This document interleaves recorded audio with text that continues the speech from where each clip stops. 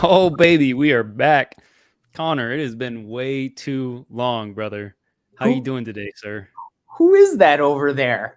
Who is that guy? Yeah, dude, it's been far too long.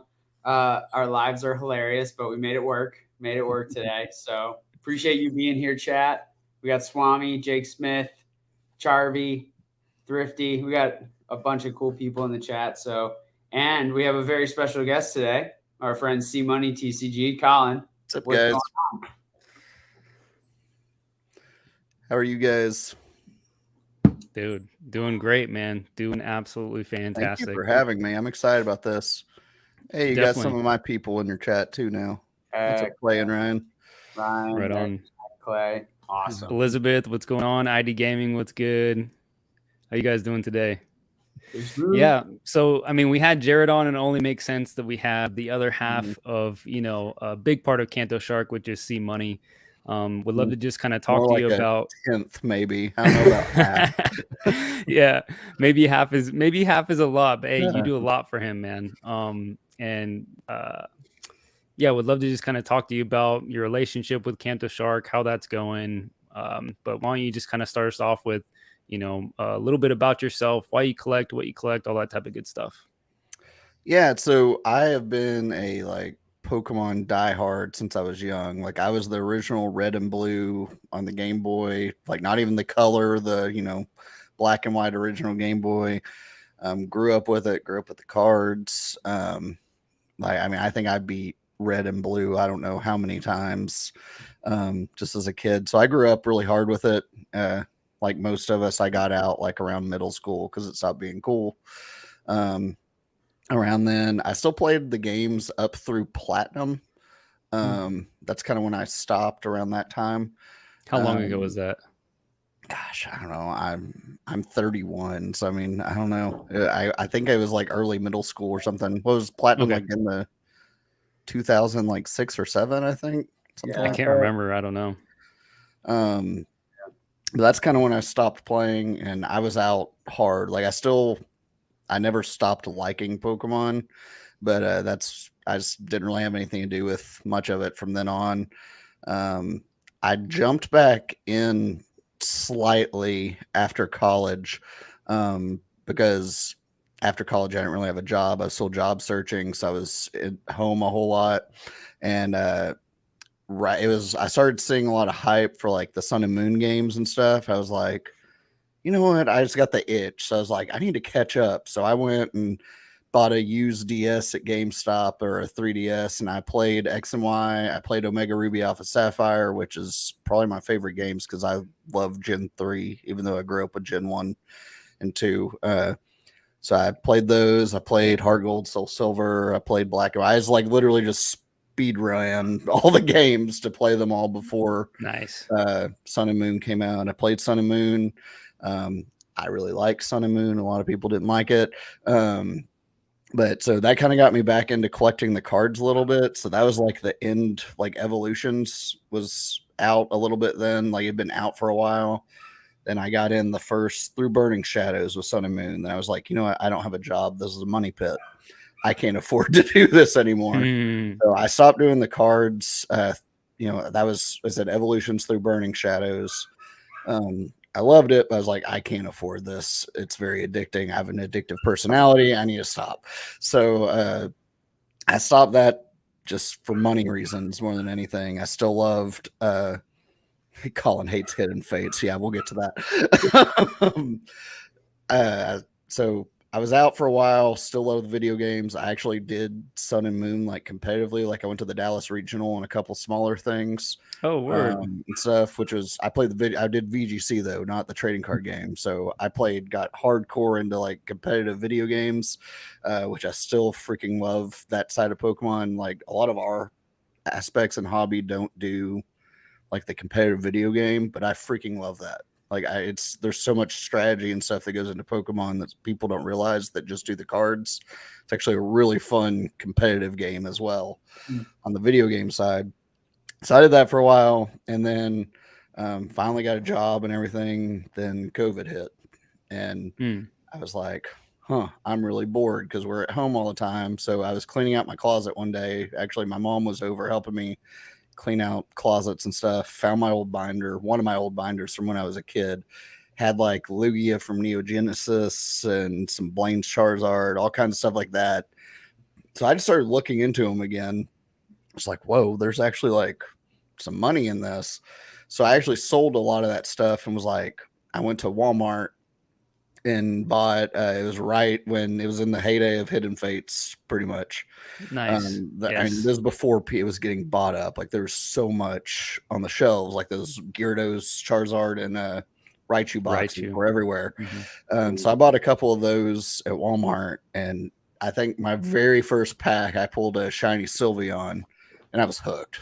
Like I love shiny hunting in the games. Like I shiny hunt like nobody's business when I play the games. Pokemon Go, I love shiny hunting on there. So like when I pulled a shiny Sylveon on like my first pack, I was like, all right, I'm done. Like this is gonna be bad. And I got like super hard into it. My first, I guess, big purchase I made, I started like researching from then on out. I was just went down the rabbit hole during COVID, like I feel like a lot of people did. Definitely. And I said, I think my first big purchase was a raw Stormfront Charizard that I got off eBay for $40 because nothing had exploded yet. It graded 9, like stuff like that. Like, I mean, I started buying like crazy, grading like crazy. Got really big into like Cosmic Eclipse and stuff then too. I joke, I think Ryan was around right when Ryan, who's in the chat, actually found me on YouTube when I started doing that. Again, it was a COVID project. I was bored type of thing. I was already doing Twitch and stuff. So I was like, you know what, let's do this on YouTube. I like watching people do this because that's kind of how I started to learn, was watching people on YouTube. So I did that. I pulled like on a pack that was it was a Cosmic Eclipse pack, like really early on, that was literally on the floor of Target, had clearly been like run over with buggies. Was the last pack on the floor of Target. I brought home, pulled the Rainbow Charizard and breaks out of that. So like that was another thing. Just I was done. Like I was so hooked with like some early luck, and I mean from then on out, it's kind of been a bigger and bigger rabbit hole of spending more money, and got really big into grading. Scott Emmer from DFW Pokemon, which is now Trading Card World, he's really local to me, like within 20 minutes of me. I'm based out of Dallas. I was asking questions in some of the Facebook groups, and he actually kind of befriended me a little bit. He messaged me about some cards I had found like in that binder that I was selling. Then I met him at a really sketchy Starbucks, legit at like 9 o'clock at night, for him to look at stuff to buy. And then he was nice enough. He just started talking to me. I was like, oh, so tell me about grading. Because I didn't know anything. And he started talking to me about, oh, you need to get into grading and stuff. I was like, well, what the heck is grading?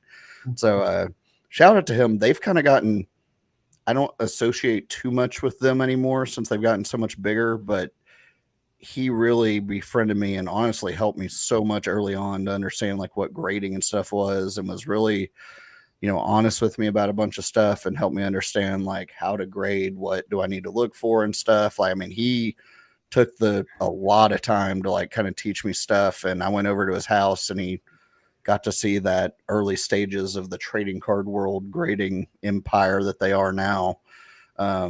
Just stacks of raw cards and slabs and stuff that was in his house before they got a building.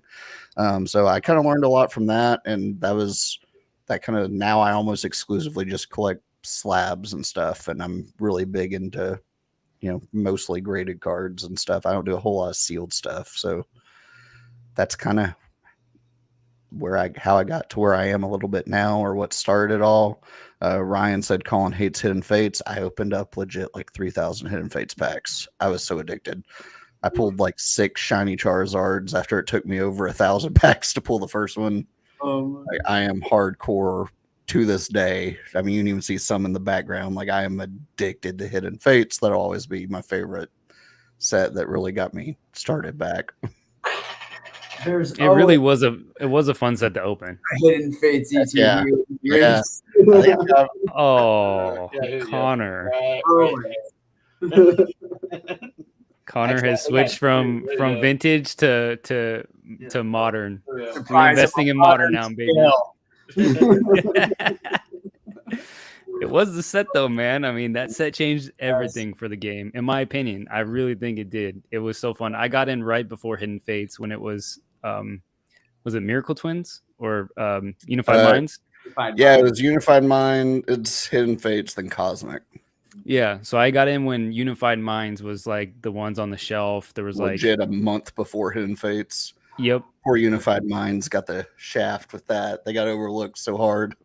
What's crazy is that set has risen tremendously for the booster box prices. Yeah, like, it wasn't printed nearly as much. I say it got overlooked, and now it's awful. I mean, it was a really great set. Just it got overshadowed. I even overlooked of Tag Team GX in freaking Discord today of, you know, whenever it was 3-4 years ago when you could still get them for like $40 on Amazon. Oh, right to the gut. I remember that. Dream League. Oh, $35. No. Yep. Dream League has gone up a bit too. Yeah. So much. Those sets are, that's, I would say, me too, is what got me really rehooked. All those sets. All the for me on the Japanese side mostly. Yeah. And they were so good. Sun and Moon was great. Like a lot of people rag on Sun and Moon. It had some really terrible sets, like was it Crimson Invasion and all the like it had a bunch of terrible sets, but it also had a bunch of really freaking incredible sets. I agree. I mean, you had Unbroken Bonds, Unified Minds, Cosmic Eclipse is right up there with Hidden Fates for me. You had Shining Legends. I mean, you had a lot of really cool sets in the Sun and Moon era. Lost Thunder is getting a lot of love now that it's no one loved it back then, but it's actually awesome.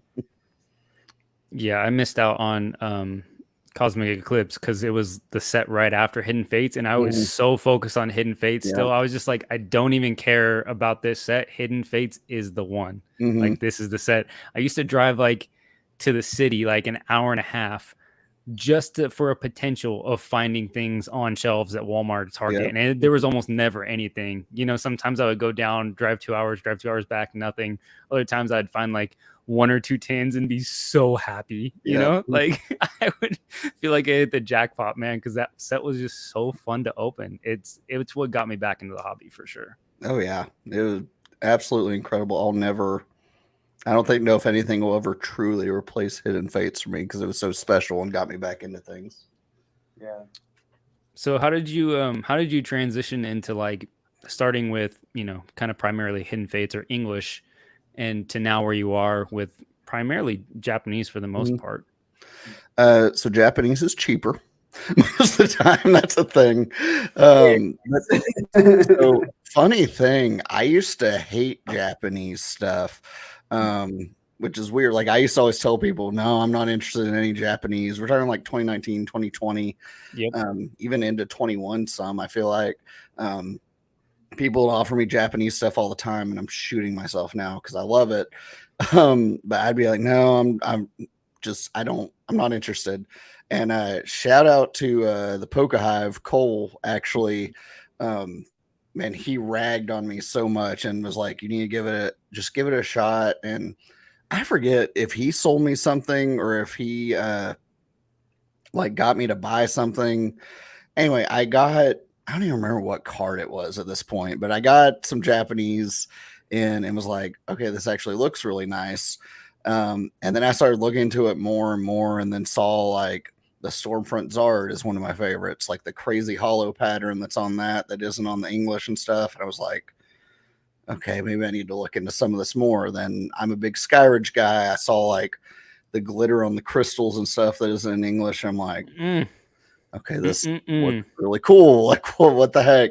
So I had to swallow my pride and go from like bashing Japanese stuff all the time to now, oh my God, I almost collect all Japanese stuff now, which is kind of crazy.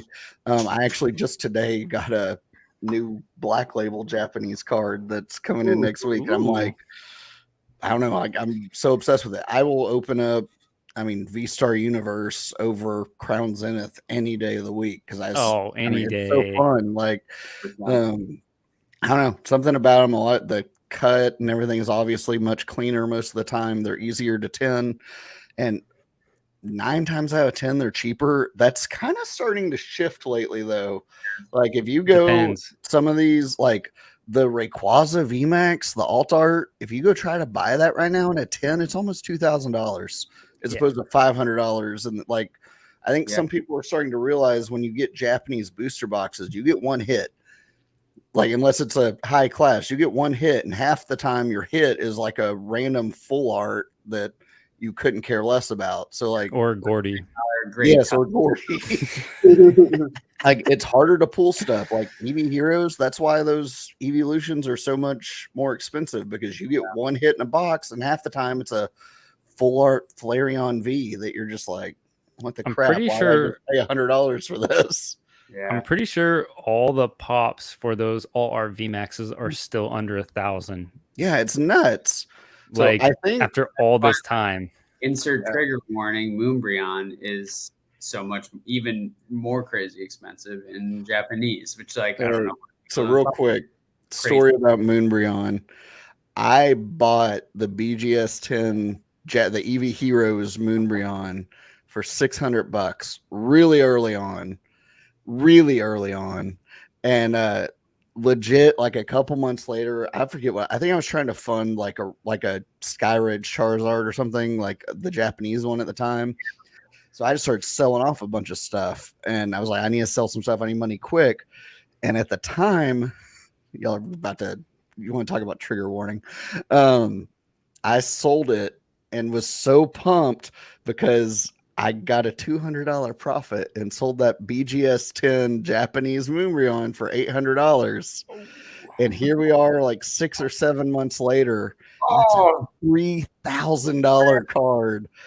And that is one of my absolute biggest regrets, like by a mile, is selling that stupid thing.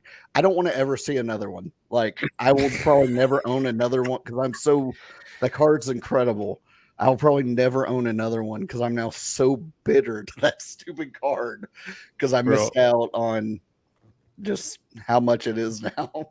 I've touched on this multiple times, so I don't need to tell the full story. But me and Connor had an episode about talking about our biggest regrets in Pokemon, and mine was it had to have been like early 2019, maybe 2018, and I really wasn't into Japanese yet, but I was looking for opportunities for like buying and selling, like flipping, and I purchased a PSA 10 Gold Star Rayquaza on the Japanese side. Okay, for $600.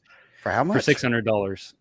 Oh, yeah, $600, and then I flipped it for $1,400 like a month or two later. Like the market started moving up, and I thought I had won. I thought I had hit the lottery. You know what I mean?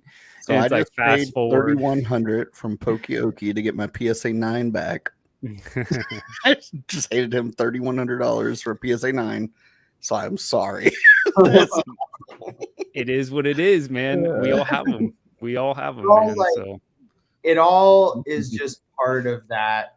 Like, it sounds hokey and we say it a lot, but it's all just part of that like collecting journey, and it like helps you get to that next step. Like, so even though there's like, you're always going to miss out on upside, you're never going to sell at the top. Like, the probability of it happening is so low, but it I think what helps make it hurt less is that like you got to own it, and then you got to move towards owning the next thing, right? And you get that like kind of, it's like you got to, you know, rent it for a while and you still made money and you go from there. Oh, definitely.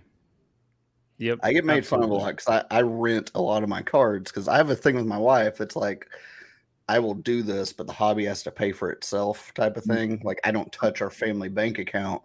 So like, I get ragged on all the time for always buying and selling stuff, like, and stuff that I love. But I'm like, I have something else I want to like, or I want to buy. And I don't just have money. I get told all the time, like, how do you afford all this stuff? I'm like, I freaking sell stuff I like. Like, right. It's kind of part of like, I have a couple things I'll never sell, but I sell a ton of stuff. And listen, people rag on me all the time. So like, you say you love the stuff that you sell. I'm like, yeah, well, I got to own it. That was really cool. I have that memory now, but I also want to see some other stuff, but I've got to sell off stuff or I'm never going to own anything else because like, so we don't have money or a ton of money or anything like that. So you would think that more people, because I do the same thing, would figure out that game, like that hustle, that like you can't collect them all. And there's so much that I want to collect and enjoy and hold up close. And, you know, by the way, shout out to you. I just picked this up from Kanto. Hey, dude, Jared told me you bought that, and I was like, hey, I can't. We sold 2 of the 6 in the pop within a week, which is kind of crazy to me. It's such a beautiful card, man. We broke open the Japanese version of that set, Moonlit Pursuit, and it's a non-holo on the Japanese side, but it goes for hundreds of dollars. It's like one of the most expensive hits, if not the most expensive hit in the set. And we couldn't find it, you know. And so when I saw that come up for the price point, I was like, that's a really good deal. Like, I know that it was sold more. Mine for 500, I think, or no, what did I end up selling it for? Yeah, he said 500. I think it was 500. And I mean, it sold within 20 minutes on eBay. There was no data other than a PSA 9 going for like, I think 150 or 200 because it's a pop 6. So I put it up for 500 and it sold within 20 minutes. I was like, oh, maybe I should have lifted that a little higher, I guess. But yeah, even at 600, I thought that was a steal, because think of how many people collect English Diamond and Pearl, those low pop hunters. That's like, you know, Poke J-Fish, Charizard King, Jay Norton, Jolteon Joey, all those guys love stuff like that. And so it's like, if I ever do want to sell it, like, because it's so low pop and so hard to grade, plus it's an Umbreon, there's going to be a market for it. You know, it's just, absolutely, it's going to happen. So that was the one when I pulled it. I think I pulled that out of the same pack. So I opened up 2 packs out of our break. I think that one came out of the same pack as a Kabutops holo that I pulled. Nice. I was like, I don't give a crap about this Kabutops. I got a reverse Umbreon, and for it to grade a 10 was pretty sick. I also graded 1 of 2 of the Eevees, which was pretty sick to be able to say. I mean, really, Diamond and Pearl stuff to grade a 10 in any of that's kind of wild, because it's just garbage quality. Like, it's so terrible. So it was pretty cool to get to say I graded that, and that's another thing. I wanted something. I was like, well, I graded this. That's an easy. So I sold it. I was like, well, that was really cool to own that. Going back to our conversation a second ago, but got to sell stuff to get new stuff. Yeah. It's like with so much of it too, you could probably get it back someday if you want it. Right. Or rent it again for a little while. Right. Yeah. And so many trades and lots come out and all these things where, you know, there's certainly some very low pop, you know, more rare cards that start to go into forever hands or long-term hands. But a lot of stuff you can, you know, you get the opportunity to see it again, which is nice. Dude, it's like, I never thought that I would own, like, my big thing was trying to get a PSA 9 Gold Star Charizard, not Gold Star, sorry, Crystal Charizard for a while. And I never thought I would see that. And now I've owned literally 5 of those things. I had 2 9.5s at the same time at one point with the exact same subgrades. I mean, cards will always be there. Like I said, I saw in the thumbnail, you put my PSA 10 crystals art. I love that thing. That was my ultimate goal. Then we had Lily, our baby, and man, the medical debt just, I mean, I knew it was coming, but it hit me like a ton of bricks. I sold that off recently and it hurt me, but to help the family out. But I was just like, dude, I've seen 3 or 4 of them go up for like thousands cheaper than I sold mine for since I did. So I was just like, you know, you can always get the stuff back. Yeah. And life's way more important, you know, so that's awesome. That's it's cool. Shiny cardboard at the end of the day. Yeah. And like, what a cool opportunity to be able to do that. Like, I talk about it a lot with like how the hobby both self-funds itself, but also like funds like any, like the travel I want to do in the hobby. Absolutely. Or like all that stuff. Like it's really cool when you start to think about it in that perspective. Like, you get to own a lot of really cool things. And if you do it right, you get to enjoy it with really good people, you know. Constantly. Absolutely. So I made so many just incredible friends through this. And I mean, I know y'all wanted to talk about Jared. Jared's one of the people I met through this. And I mean, just there have been so many just incredible people. There's a couple people in the chat right now, like Ryan and Clay. Strike Cards was my friend before this, but he kind of joined me on this journey too. I got him hooked. I'm sorry, Daryl. So I mean, there's just so many good people and stuff that you can meet in this hobby, and I've just made so many good friends So I met you guys through his hobby. Like there's a lot of really cool people you can meet through this. And at the end of the day, I think that's even bigger than the actual card aspect, is the amount of community you can build through this and meet some really cool people. So two things are you going to any Collecticons this year? And second, how did that relationship with you and Jared start to flourish into what it is today? Yeah, so we are vending Dallas. Then we're also a sponsor for the Miami TCG convention. So that's not Collecticon, but we'll be at that as well. I'm hoping to potentially go to Kansas City because I have a couple friends there, or at least one other Collecticon. I'm not sure. That's kind of my goal, just because I have friends there, but I'm not sure yet. It's kind of hard. I just started a new job like recently, so I don't have as much time off as I did. I have to kind of build that back up. So we'll have to see. It's also with a newborn, trying to plan out travel and stuff. It's a little bit hard this year. So yes, I will be at Dallas. I'll be at Miami TCG convention. So I'm really excited about those. As far as Kanto Shark and Jared, Jared got started with a lot of his stuff selling originally the little acrylic cases for packs and slabs and stuff. We don't do those anymore. Those are a big pain, just like production wise and like sourcing acrylic and stuff. But he was selling those and posted them in a Facebook group, which is kind of funny because Jared literally never posts on Facebook anymore. But I saw those and messaged him and bought some. Then when it came in, I saw on the return slip, he was actually like 15 minutes away from me or 20 minutes away from me. I was like, huh. So I messaged him to buy something else. I think he had a claim sale on Instagram. And I bought something. We just started talking from that. And then we started realizing his brother went to the same college as me around the same time I did. Then we started talking and we were like, oh, crap, we know a ton of the same people because of his brother who went to college and stuff. Like one of his brother's best friends was my boss at college. So stuff like that. And then, so I mean, we kind of just hit it off a little bit. And from there, I mean, just talking all the time and stuff. He asked me to go help him vend the very first Collecticon in Dallas, like the very first year they did it. So I went out there and helped him with that a little bit, and we got a little bit closer that weekend and just started talking more and more. And now, I mean, I consider him one of my best friends. Just really incredible dude. He took Kanto Shark full time this past year. He quit his job that he was very successful in. I think he won like Salesman of the Year last year, and then was like, all right, cool, peace. See you guys later. I'm gonna go do Pokemon full time now.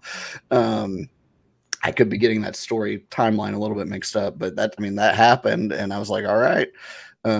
So from there, once he took it full time and saw it start to be successful, he reached out to me and was like, hey, you did box breaks on YouTube. I used to do YouTube a ton, kind of stepped back from it in the last year or so. So he asked me about box breaks and stuff and what I thought. So he kind of asked me to start helping with that. So we've been doing box breaks now, and I've been trying to head those up.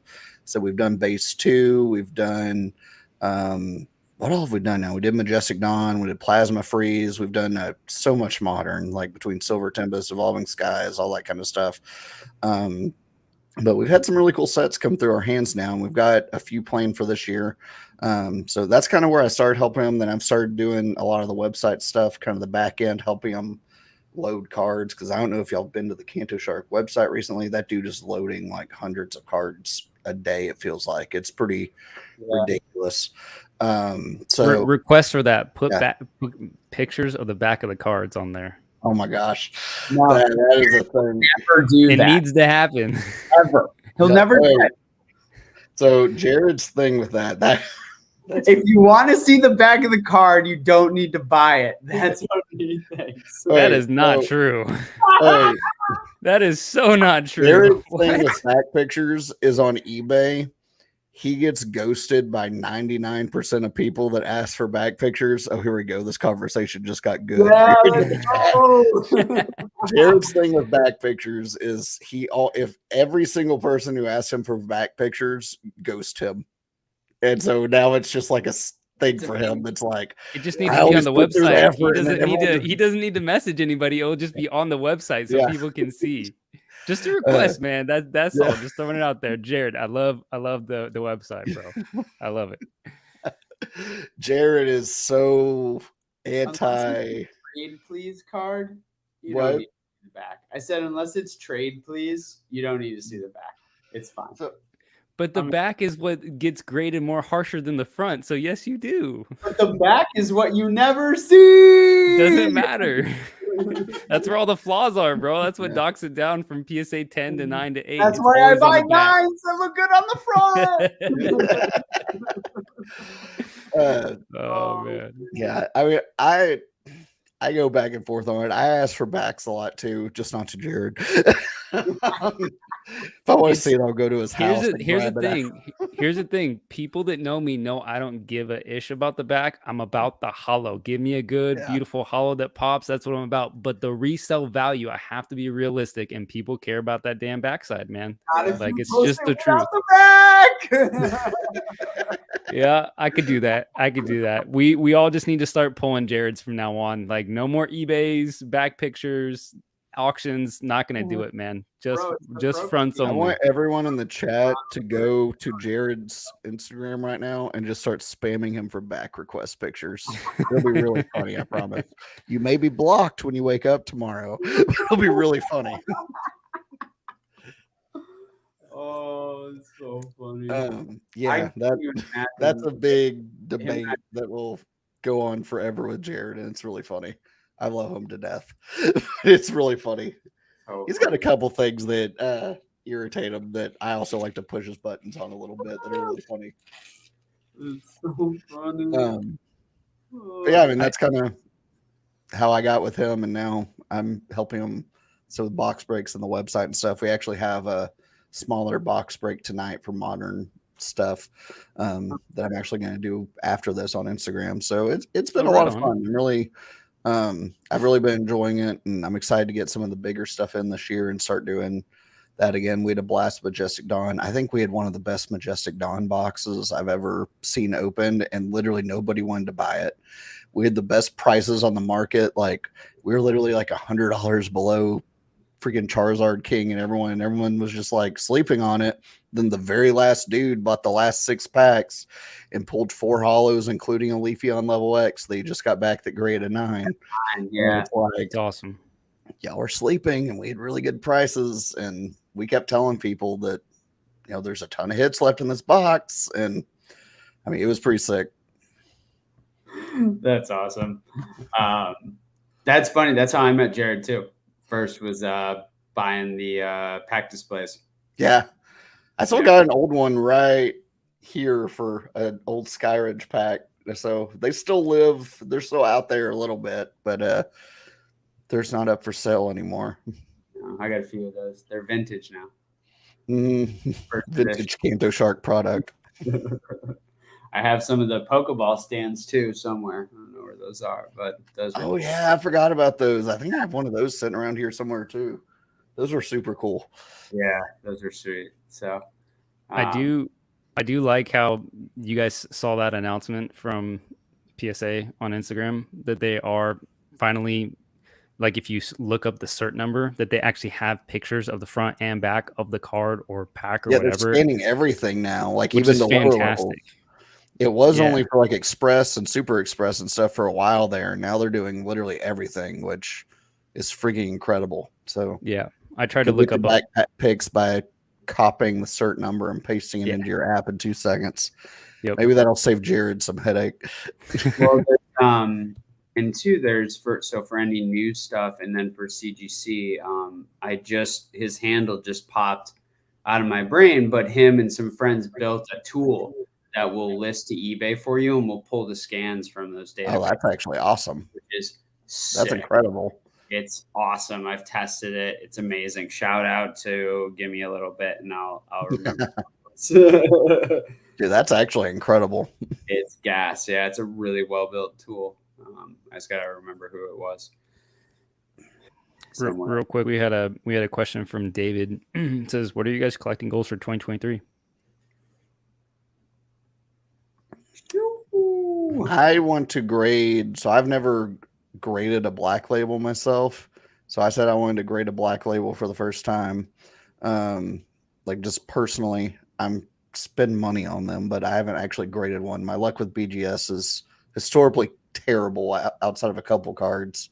Then I said my only other goal I think was I wanted to get my Gold Star Rayquaza back, and I did that like instantly to start the year. So I'm only have one more goal really to knock out for this year, and I'm good. So nice, Rob. That's awesome.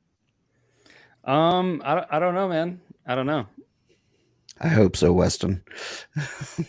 I got my goal this year of what I wanted to do collecting wise. I grabbed it off the shelf when we were talking about Japanese crystals and the holo pattern and stuff. But I recently sold 2 Japanese EXR boxes for a very good profit, and decided to treat myself to a card I've wanted for a long time. Let's go. Oh, dude, I love that card so much. Yeah, I actually sold the English PSA 10 to Wes in the chat, Rock Mountain TCG. I had the PSA 10 in English, and he has it now. Freaking gorgeous card, man. That's the second best crystal in my opinion. Yeah, it's kind of right now it's my favorite card in the hobby. I think it's so beautiful. Yeah, the art's incredible. awesome. So I'm really stoked about that. How about you, Con? One of mine was also to finally grade a black label with Beckett, and I hit 2 in the same submission. Hey, let's go. Yeah, that was a long time coming because I've been grading with Beckett for like 20 years. Like, yeah, sports, it's tough. And sports, it's never going to happen, right? So that was just a non-starter. But granted, it was with Weiss, but it was really, really cool to see that happen. I have one there right now with potential. It probably won't, but it has potential, and it would be insane because it's Japanese. It's a little older, but it's probably going to get a 9.5 or a 10. Pokemon or Weiss? Weiss, huge card. So, and then really my focus is finishing out this set, the 1996 Bandai Card Ass. Well, that's pretty sick. Still working on it in mostly PSA 9, but some CGC as well, maybe 1 or 2 Beckett. So I have like 10 cards left in that set of 158 or so, 157. And it's been a long time. And now I'm kind of down to the last, like, they're all the 9s are like pop 5 or less basically that I need. So a lot of it is trying to source that raw and grade it myself, or crack PSA 8s to CGC for 9s, because PSA just doesn't know how to grade those right now. It's very weird. It's just very all over the place. And then I have a lot of, so Himeno is my favorite artist. And I have a lot of Himeno cards in a binder, but I do not have a complete set of every card Himeno has ever done. So I want to take a good chunk out of that this year, really like get rolling on that in Japanese. So that's another one for me for collecting. Nice. Yeah, I want to do a little more on the binder side. And that's going to be a long-term, really fun one. So yeah. So I want to grade a black. I have like 20 cards at Beckett right now, and most of them are V-Star Universe. So there's a chance because that quality was so good. We'll see. I got impatient and just bought one of them, even though I have several of them at Beckett already, just because my luck's been so terrible. I really want to get like that Mewtwo and Charizard together. That art of them fighting. I want both of those in a black label because I don't know, that art is just one of the coolest things I think they've done in so freaking long. It's really good. Pokemon's been killing it with the art, but I don't know, just the big fight and the 2-part, like the double side of it. I think that's seriously one of the coolest things they've done. I'm really sad it got relegated to the promo in English because that would have been such a freaking cool thing to chase in Crown Zenith as like the last set, but it's the Pokemon company and they like selling boxes for money. So I mean, I guess it makes sense, but that would have been really cool to be able to chase both of those in the same set. But I want both of them in Japanese and a black label. That's awesome, man. Yeah, I try not to get too focused on the BLs because they're so expensive. Like collecting wise, I've almost put a mental block on them, you know, just so I won't get into it. But I have purchased one. I'm probably gonna sell it back to the guy who I got it from because I think it's like a pop 2, and he collects. It's the Dream League Vileplume, and so he collects those Dream League cards and a lot of other modern cards. So I'll probably end up selling it back to him. But I don't know. I've almost really like not let myself go down that because they're just so expensive. And like at the end of the day, I'm like, am I comfortable with the PSA 10 for a fraction of the price? Yes. Yeah. Even the BBS, man, like either one, you're just paying a fraction of the price. It's tough. Yeah. I had to have a Charizard, the Hidden Fates Charizard. That was the big one that I bought because I was just like, that card means so much to me getting back. So finally, I got Kinley from the Pokemon Network to sell me one. He actually let me pay it off, and then he met me at Beckett. He's local to me as well. He met me in the Beckett parking lot and was like, here you go, just go ahead and take this. I was like, I still owe you like $3,000. And he goes, I don't care. He said, I know where to find you here.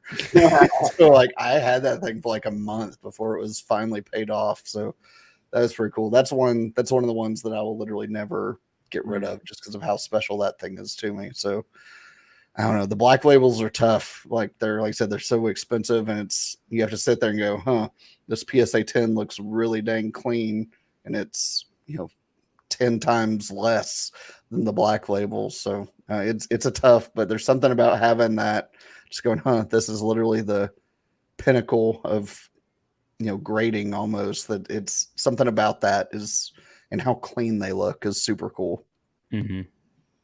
Black label's more novelty than anything, but doesn't make me want to collect them any less. That's very true. From the chat, they're addicting, man. Like once you're good to not do it yet, because once you start down that path, like you're done. You get sucked into that. Do you buy them because you said that you have bought some like for the price tag instead of grading them and then be like, okay, I graded one, so I'll keep it. So when you do buy them with that big price tag, do you have it in mind that it's like, this is just for my collection and I just want it? Or do you buy specific black labels, like investing in them, being like, hey, this is a certain black label, I'm going to buy it in the hopes that it will go up? Do you like, where do you kind of land when you do purchase those? That's those big tough because a lot of times they won't go up. Like a lot of times, like they hit their peak like immediately.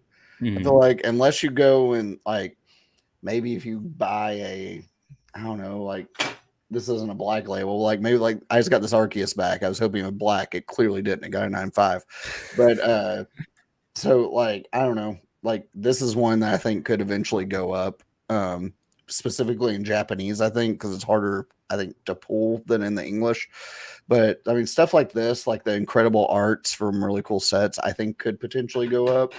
But again, this thing's still like $2,000 right now in a black label. So I don't know. Black labels are tough because it's already kind of a novelty niche market almost that has grown. But I mean, to buy them expecting them to go up, I feel like when they go into the market, they're almost at their peak. Like look at the Hidden Fates Charizard. The first black label of that sold for $10,000. Like that's, I mean, kind of nuts. When I got mine, it was $4,000, and you can already find them for $32,000 or something. So, I mean, I don't know. That's tough. This Umbreon back here is a black label. That's like a pop 8, I think. It may be a 9 now. It was a 6 when I got it, but I paid, I think, $3,000 for that, which was ridiculous.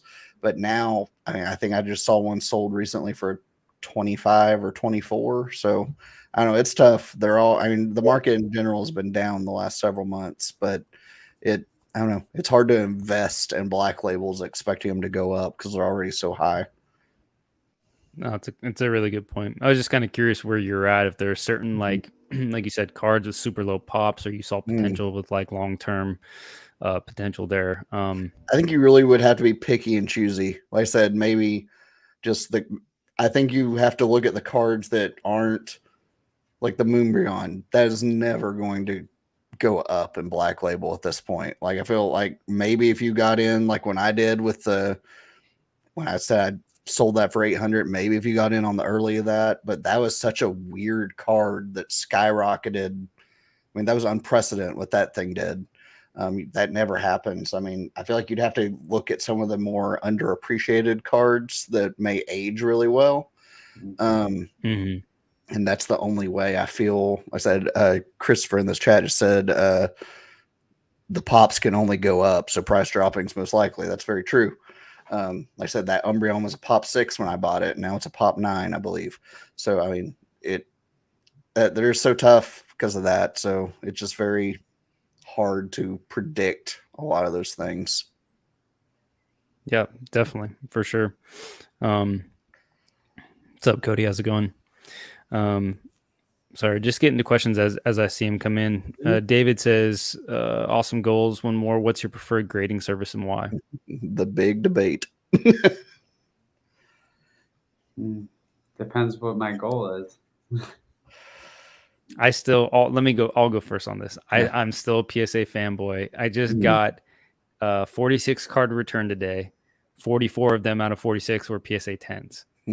It's that simple. That's why I do PSA. It's just their realm. What's up, Pokey? I didn't realize that was you.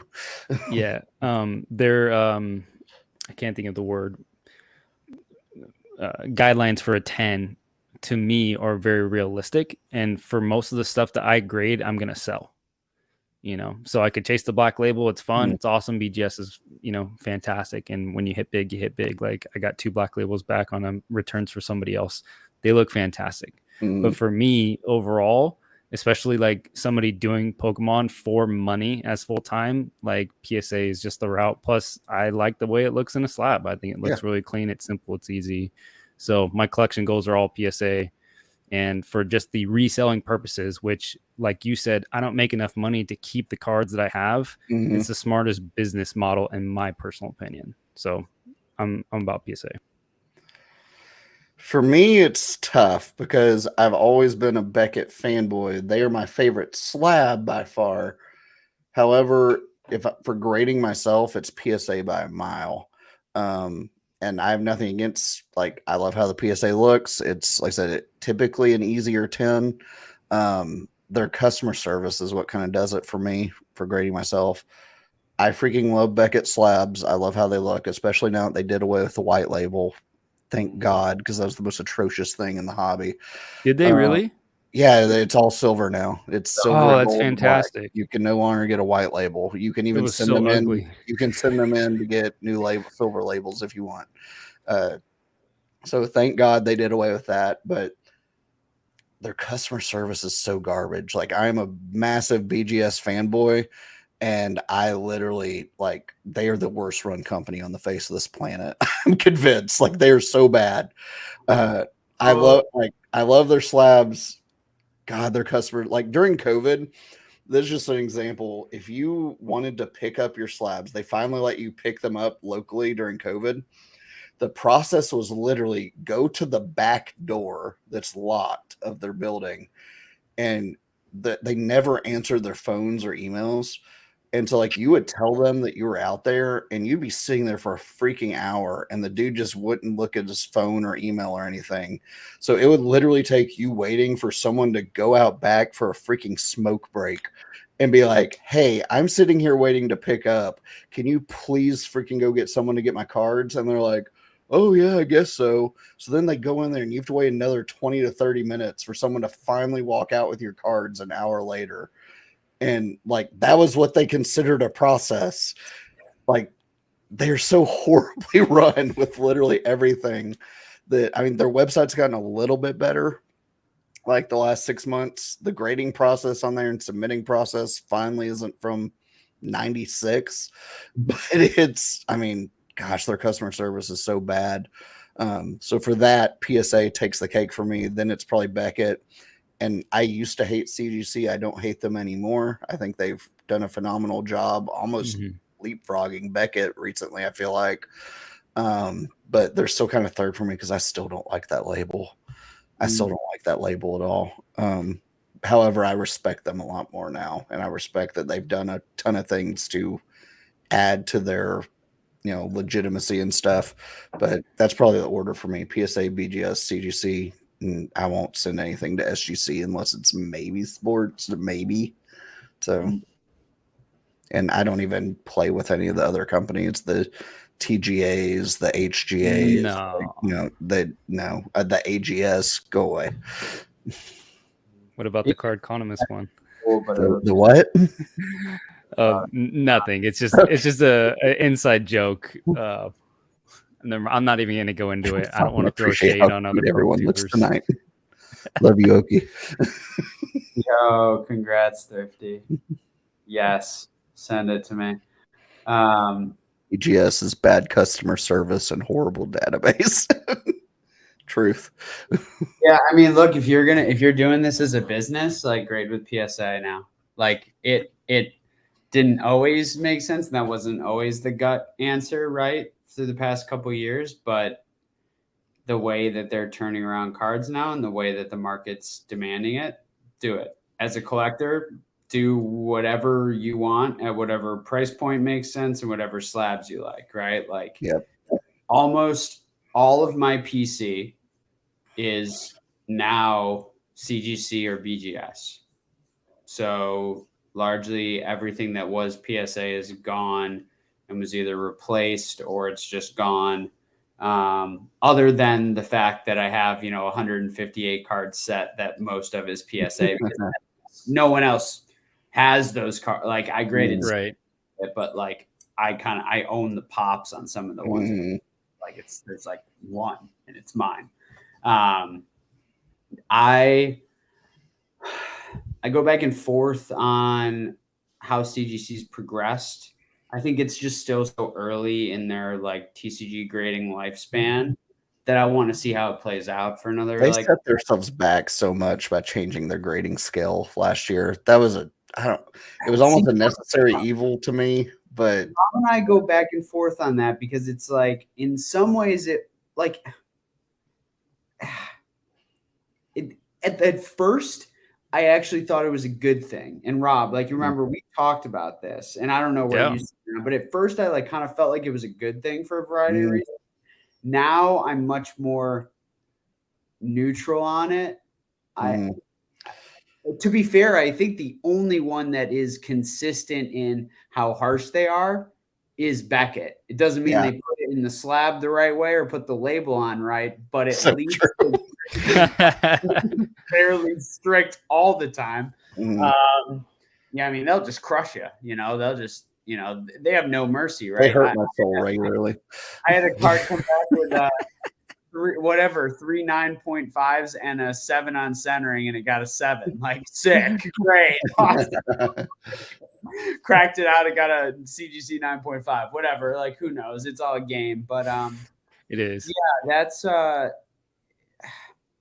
what's I don't think the premiums make sense though. Like, I don't. I mean, maybe they do. In some ways, they do from a market standpoint. For me, because the market's always going to be kind of irrational, right? And so much of this is based on emotion and perception and all those things. Fundamentally, those three companies kind of all have the same amount, I think, of good things and flaws. So, like, in a rational, they would probably be valued very similarly, right? But it's just not going to be like, might never be like that. What's the price on CGC bulk?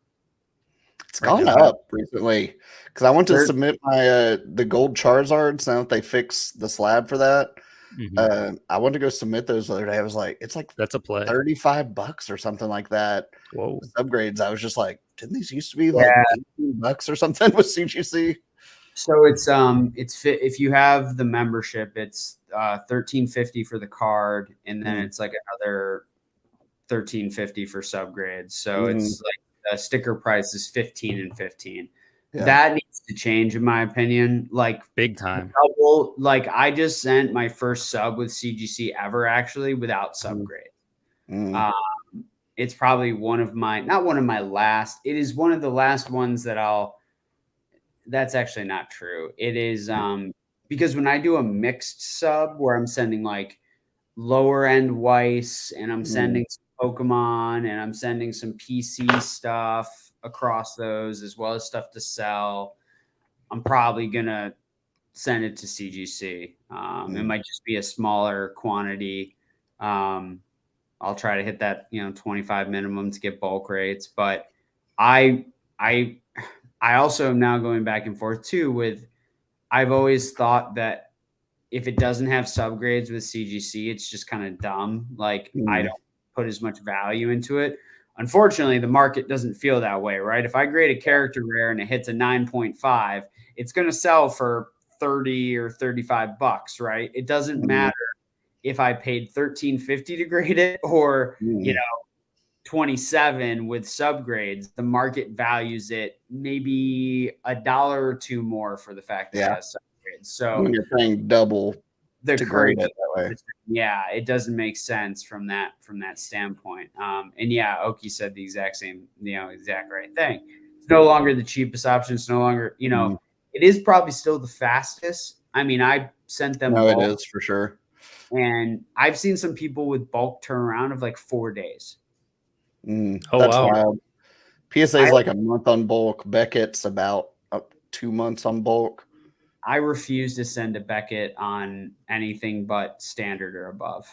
I just won't do it. I don't trust them on bulk. It's terrible. They're bulk. I wish I hadn't done the $18 special or whatever, because they're taking forever on that. They haven't even logged some of mine from like mid-December yet. Like they're literally not even in the system, even though I got the thing saying they received it. But they're really stinking fast on standard and express. Like once they they'll get you your express stuff in a week, like no questions, but they're awful. They put bulk on the back burner. They still make the same mistake that PSA made that made them shut down and get in that hole to catch up. Like they're still making that mistake. It makes sense because of their business model, right? Like they make a lot of money on higher end cards across sports and Pokemon and Weiss. Like it kind of makes sense, right? You're bringing the biggest fish back. Your margins are so good on that stuff. Like it totally makes sense. They also just aren't hiring like PSA and CGC did. Like PSA and CGC hired a ton, especially PSA. Like they added so many employees just to fix that issue, and Beckett isn't doing that. It'll be interesting. They really just don't care, honestly. Yeah, but it could be like, we talked about this once, right? Like that could be part of like how their business model works, right? So it could like in 5 years, it could be that everyone else overshot and like they're doing okay. Like financially, that we might not see that as optically from our side, but on their, P&L, it might, for sure. They might end up doing but who knows? It's I definitely have some stuff I want to send. ATS graders went up from 10 to 20 in the last 3 years. They doubled. Because people forget how few graders PSA used to have. That's again what got them in that hole. A dozen of them. There was no one. 40 at PSA was a 10-day turn for me. Yeah, that's nuts. That is really nuts. I didn't know that CGC was that quick. It's so fast. I really didn't know ridiculous. That. I thought it would be like a month, I didn't know it was that quick. It's stated as 30 days for bulk. I think mine won't be crazy fast because I had to put in like half the cards manually because no one had ever graded them before. Yeah. But so then they have to, there's more QC, right? Like when it shows up in your order list, like it's just a bunch of blank names, it just the set. So they have to go and do all the QC. So especially when it's like another language, it just takes a little longer, but I think it's going to be wicked fast. I think if it was just like a regular Pokemon standard sub, I would like have had it back. Like it'd be on its way back to me. And I just sent it out like last week or a week and a half ago. So How much have you been grading with them lately, Con? Because I know that last year you were grading like a ton with them, so much. Are you still kind of doing that volume, or have you slowed down a bit with them? No, this is the first sub I've done this year, and like I said, it'll probably be the last, not the last one, but one of the few throughout the year. I'm gonna be sending a lot more to PSA. I'm conflicted about it, but I know that's what's gonna work to maximize value. And if I'm doing it, they got their turnarounds. Like, yeah, again, not to what CGC is, but like they've got it under control. Like right now, I just sent 40 cards off in the TCG special for $15 to PSA. Those will be back to me in a month. Like, they're generally pretty quick now with a lot of that stuff. It's mine took a month and like 2 30 weeks to 60, but it's right at a month. Typically, they're getting that stuff back to you. So it's hard to fight value wise, like you said. Yeah, it's just the better thing. I mean, like I said, with CGC, once they change that grading scale, I've been watching kind of the comparatives. Honestly, like the 10s are no longer hitting the same as PSA 10s. They did there for a while, but now they aren't. And it's almost the perfect 10s are almost matching the PSA 10 prices. Yes. It's kind of absurd because originally you could cross perfect 10s to black labels. And now you can't. Like half the time, if you try to send a perfect 10 to Beckett, it's like a 9.5. Like I don't know. I think that they really needed to be less strict on the 10s, but they should have kept that perfect, like the same scale that they were for it to be. That's what I think they should have done. Because now, like I said, you're having to get a perfect 10 to get the PSA 10 price half the time. And I just paid $200. Y'all may have seen it absolutely destroyed in the mail, but I paid $200 for a perfect 10 Darkrai. And in black label, that same card's like $800. Mm-hmm. And I paid $200 for the perfect just because I was like, oh, I'll take that. Like, I mean, that's absurd. That should, for you to call a card perfect now and it still be that drastic of a price difference is kind of insane. Like, you did something wrong there.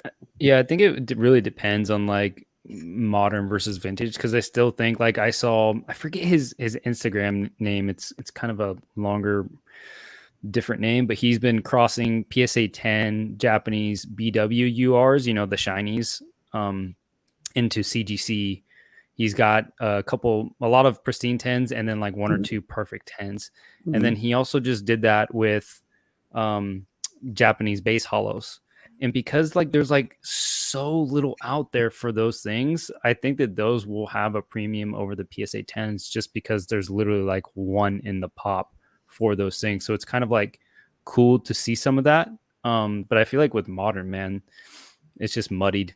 Mm-hmm. They really shot themselves in the foot changing their business model. Although I still think having that fast turnaround time, I still think you need to be the cheapest option in order to like prove your value.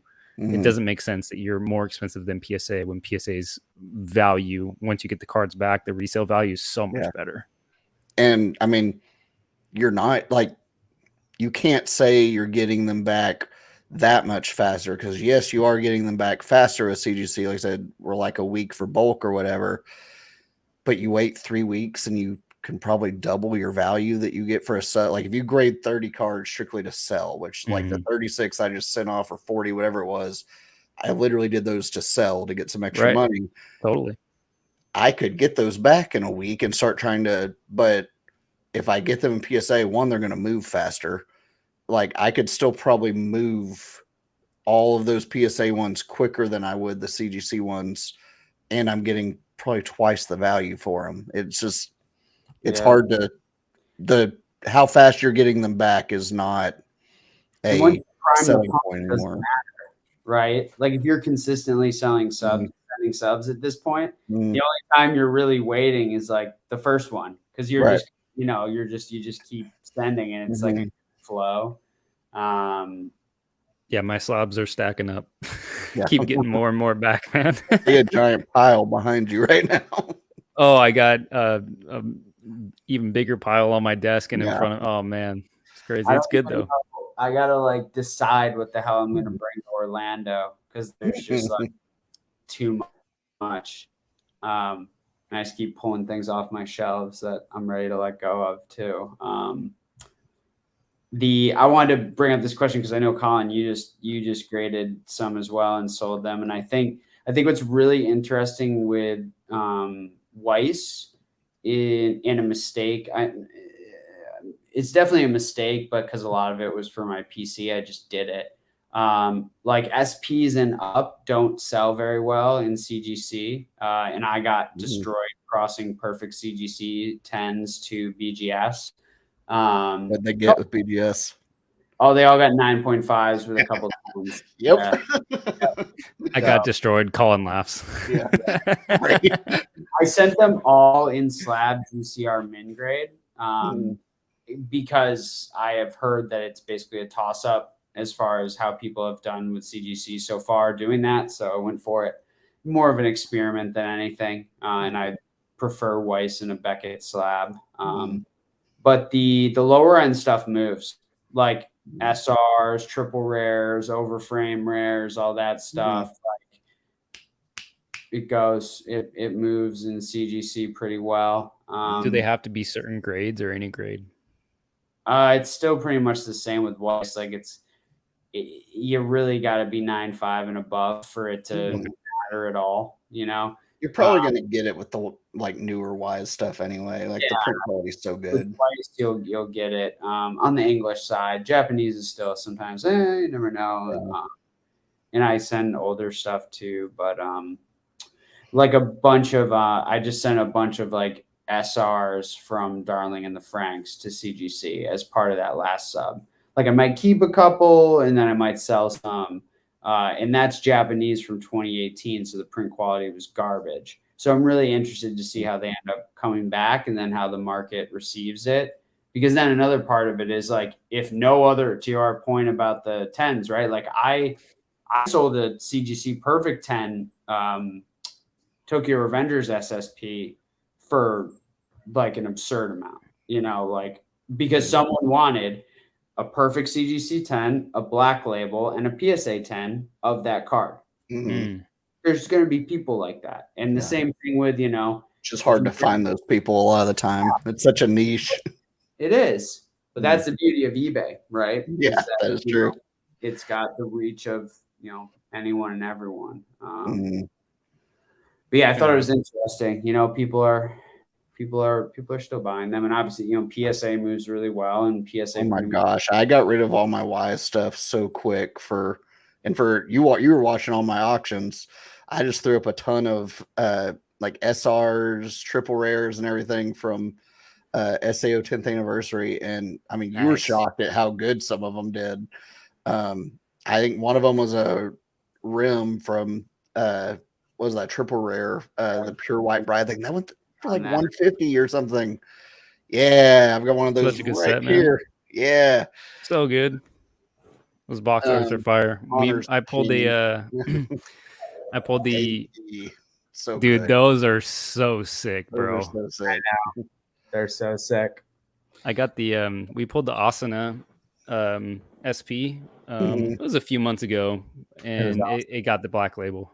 Oh heck yeah! I almost bought that box. That was crazy. You got that box from me, right? Yeah, I got half a case from you. I almost bought it back on stream. That's crazy, bro. And I got zoinked on the rest of that freaking. I got the freaking Elizabeth SP out of mine. I sold it. I mean, it did okay. It sold for it was like 110 or 120, I think, at auction in a 10. So, yeah. That seems low. It's only like a $40 or $30 raw card, so it's pretty good. Yeah. And if it's it was an SP though? Yeah. What? It was an SP? Yeah.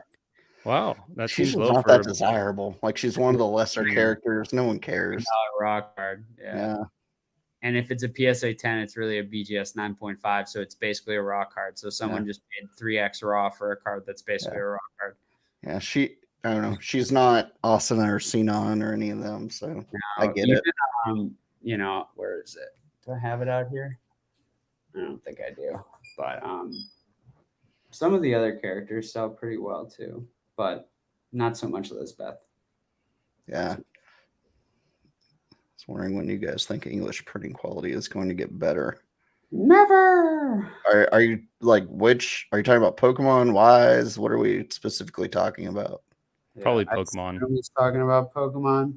I will never collect modern English, and I don't think the print quality will get that much better. I think optically it might look better with the silver borders, but I don't see why when you're mass producing in that quantity that you're gonna be that incentivized to do an increased amount of QC to make things that much better when it's,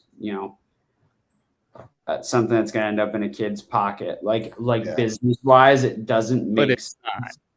It's not just in a kid's pocket though anymore. Most of the time it's going to end up in 25 to 35-year-olds' pockets. Like they know who they're marketing to nowadays, and like what Pokemon is from an investing standpoint. They're paying attention. But it is weird to see that, like, back in Hidden Fates days, the quality was much better in the printing as compared to newer sets that are just coming out. And you would think that it would have gotten more optimized. The volume was like a tenth of what it is now. Yeah, that's very true. So much higher volume now. Yeah. Yeah, I don't know how much better I'll get. It's crazy to me though, because the Japanese they printed V-Star Universe into the ground, and they're still going to do more prints of that. I mean, not to the level of like English, but they print so much of that, and it's the best quality I think I've seen from them in a very long time.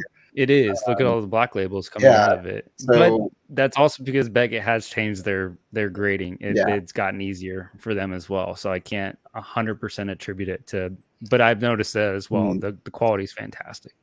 English has to print for all the different countries. That's too true as well. They, I don't know. I don't know how much better you'll see it get, because they're like, it's only gotten more popular and they're printing so much more. Like I said, like Connor said, I just don't know if it makes sense for them to put an extra emphasis on QC. I wish they would, but I don't know if they will. Especially the way, like, a lot of it comes down to too, like how a lot of products are packaged, right? Whether it's promos or whether it's, like look, if you put a pack in a mini tin, you're basically asking for the cards to be dinged up, right? Yeah. Like, a lot of it has to do with distribution model as well, than just, obviously simple printing flaws too. So part of it's post-production condition. I've just noticed a lot more print lines on the back of the cards for English. Like that's what I've noticed, and I don't know what that can be boiled down to, but it's really frustrating because you pull a card, you see the centering is great, you flip around the back, centering is great, corners are good, because it used to be like the corners. They have gotten a lot better with corners. But and then you kind of look at it in the light, you kind of look at, and then boom, you see a faint print line, vertical, horizontal, and I'm like, damn, that's a killer. PSA also get the 10. They don't care. It's like a crosshatch. It's not like it's kind of going both ways. It's weird. And that's what's weird about PSA, is that on the front of the card, they don't care when you have those print lines, but on the back of the card, they'll ding you. It's vintage. It's so weird. Vintage, you're right. Totally opposite. It's VMAX Climax, I think, was the absolute freaking worst with print lines on the Japanese side. Like, I've never seen a Japanese set have such freaking terrible print quality as VMAX Climax did, but it was just massive print lines. But PSA didn't care. Beckett, you couldn't hardly black label anything or even tin it, because they were hitting 8.5 and 9 on the surfaces. But PSA you go look at some of the pops on that set, it's ridiculous. Like, they did not care. And everyone was like crapping on CGC for a couple of those Japanese sets. And I'm like, bro, PSA is printing the same thing over there now that, because now that we see them coming back, right? It's like, it's kind of hilarious, but and that's I think it's kind of, people get very upset about certain grading companies, and I think that we should take it a little less seriously. A lot of them, I said, none of them are perfect. They all have their flaws. I mean, you're not going to find a perfect one anywhere. Do you know, at the end of the day, like, those are the big three. Like, I don't see any company AGS is just trying to get one of the big three to sell their software, and then they're going to be gone forever. Like, I don't see any other grading companies popping up. The only reason CGC worked was because they already had a reputation established with comics and stuff. So I don't like those are the three we're dealing with. So it's kind of pick your poison almost. That gets AGS's tech. Yeah, if anyone should.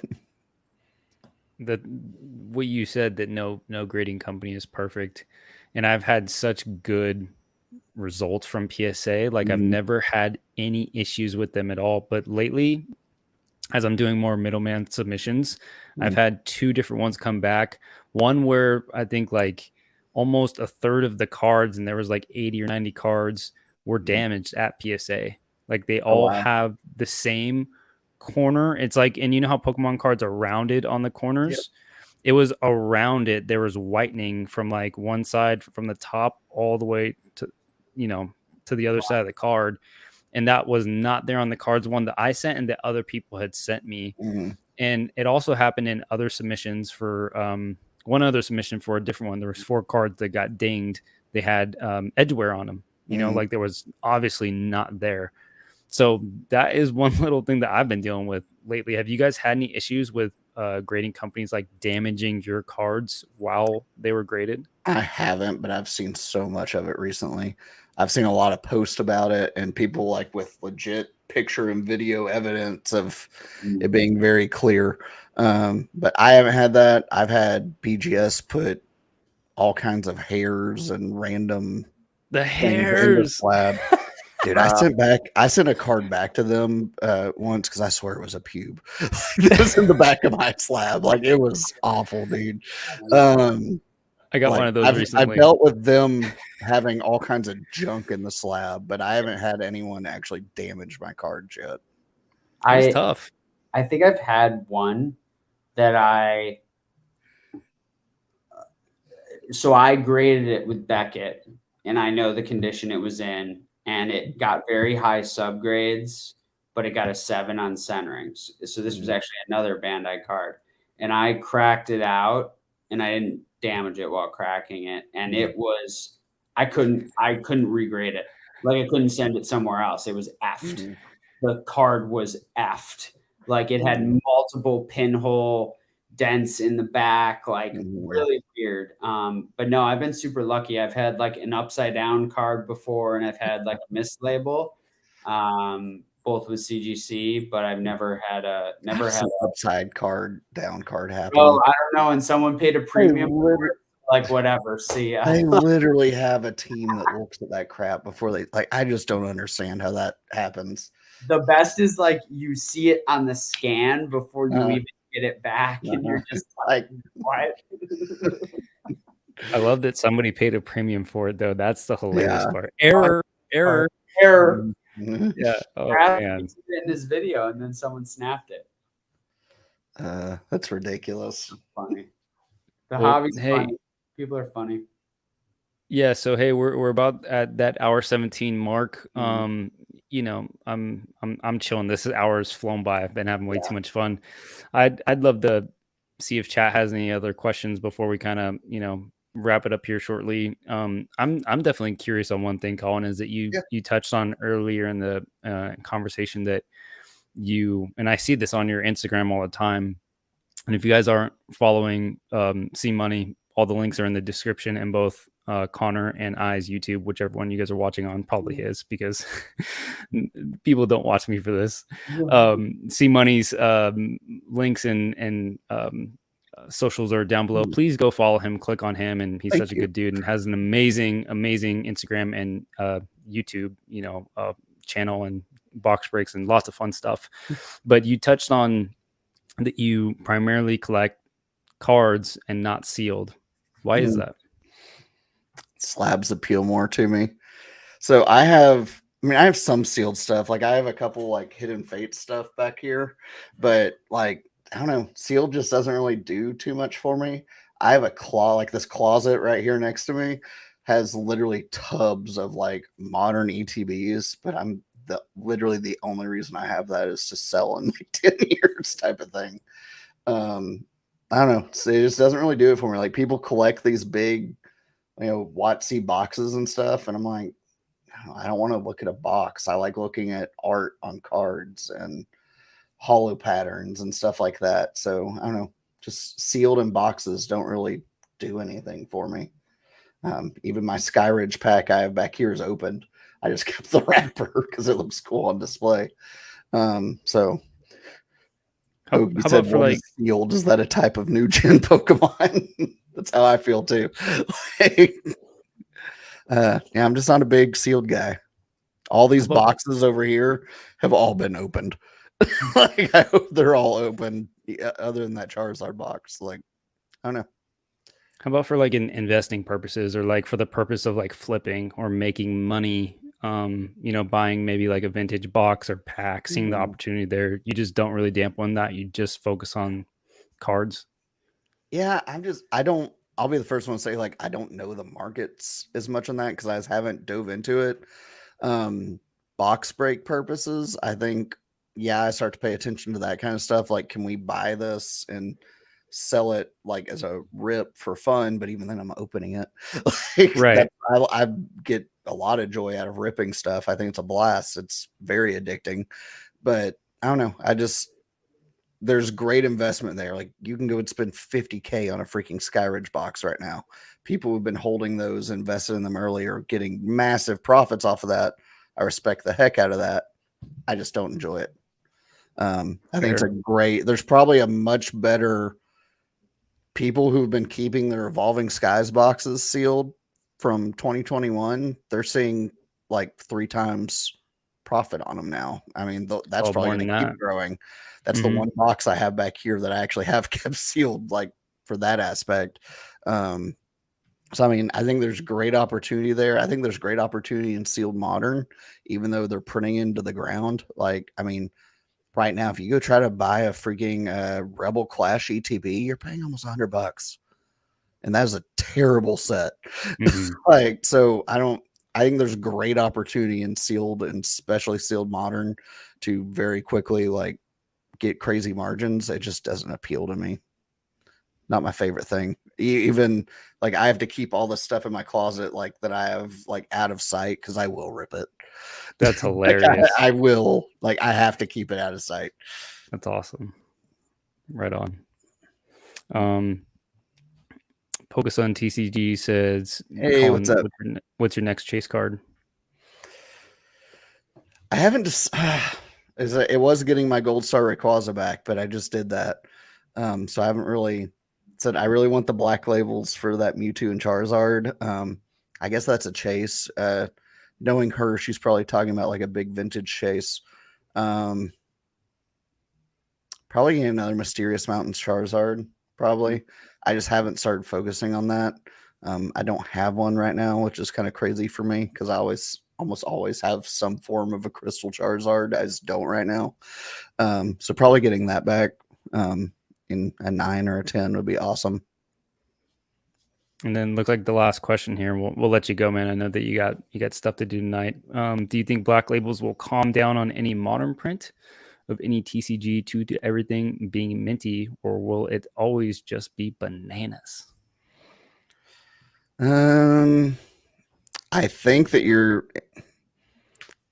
everyone's starting to see the prices of black labels. So I've seen a lot of people say you're starting to see a whole lot more of them, and that is true.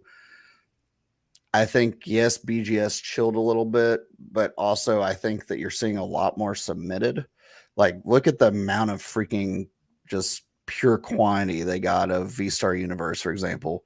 There are so many. That's kind of a mix of the quality being really good and people just spam that stuff to BGS. So, I mean, look at the Moonbryon. It's like a pop. I don't even know what the pop is now. It's ridiculous though for a black label.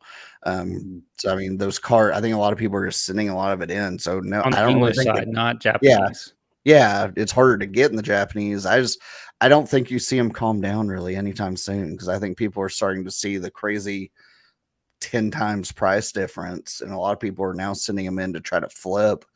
And I think just with the mass print runs, like I said, of Pokemon and stuff specifically, I mean, I don't really think they're going to calm down anytime soon. I think, look how many alt art Lugias are floating around here. That card's hard to pull, and yet because it was printed so freaking much, like they're really easy to find.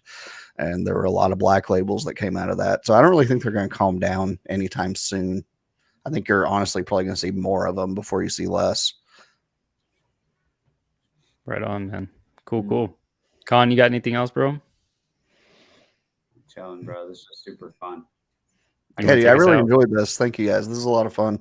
Yeah, I love talking to people about the stuff. It's a passion, so I enjoy getting to have these conversations. Yeah, I'm excited to see you at Dallas Collecticon. I'll be there. Yeah, dude, I'm excited. It'll be good to meet both of you guys. Yeah, I'll be there in person now. Are you going to Dallas? It's so awesome. Yeah, I made a decision. I'll be in Dallas. Heck yeah, let's go. It was Long Beach for sure, and Dallas was like on the fence, but I'm like, Dallas is happy. Oh, I'll be at Long Beach. Yeah, we'll have to go. I'll go get dinner or something. 100% Cinco de Mayo, baby. Yeah, that's awesome. Go treat y'all to some real Mexican food. Heck yeah, that sounds good, man. That sounds real good. Sure. Thanks so much for agreeing to come over after the podcast, Collin. That's